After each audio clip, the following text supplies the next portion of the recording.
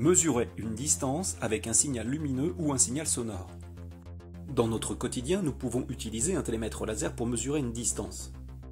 C'est également grâce à un signal lumineux que nous pouvons de nos jours mesurer la distance qui sépare la Terre de la Lune au centimètre près.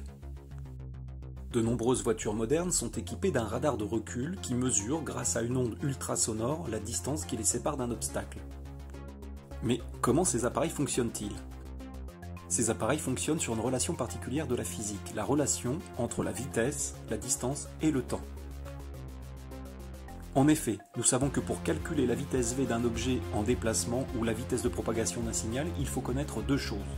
La première, c'est la distance d qu'il parcourt lors de son mouvement. La seconde, c'est le temps t qu'il met à parcourir cette distance.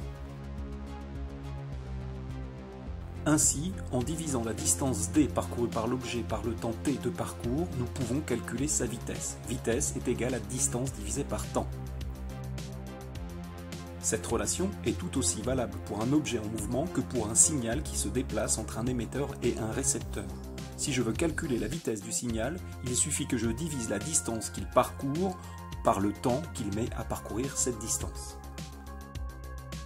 Comme nous venons de le voir, la vitesse v d'un objet ou d'un signal, la distance d qu'il parcourt et le temps t qu'il met à parcourir cette distance sont liés. Ainsi, la relation permettant de calculer la vitesse v peut être modifiée afin d'obtenir la relation qui permet de calculer la distance d parcourue par un objet se déplaçant à une vitesse v pendant un temps t.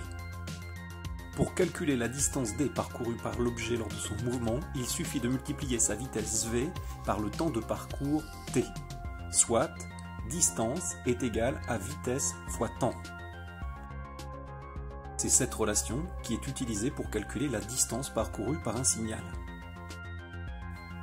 Pour calculer la distance qui sépare cette flamme de cette caméra, il suffit de multiplier la vitesse à laquelle se propage la lumière, c'est-à-dire 300 000 km/s dans le vide ou dans l'air, par le temps qu'elle met à parcourir la distance. C'est la même relation qu'il faut appliquer lorsqu'on utilise un signal sonore. Attention toutefois à utiliser la bonne vitesse de propagation. En effet, la vitesse de propagation du son dans l'air vaut 340 mètres par seconde. Une petite remarque pour finir. Dans certains cas, le temps donné est le temps nécessaire au signal pour faire un aller-retour. C'est par exemple le cas lorsque l'on veut mesurer la distance qui sépare la Terre de la Lune. La relation distance est égale à vitesse fois temps est toujours valable, il faut cependant ne prendre que la durée d'un aller, c'est-à-dire diviser le temps par deux, pour appliquer cette relation et ainsi calculer la distance.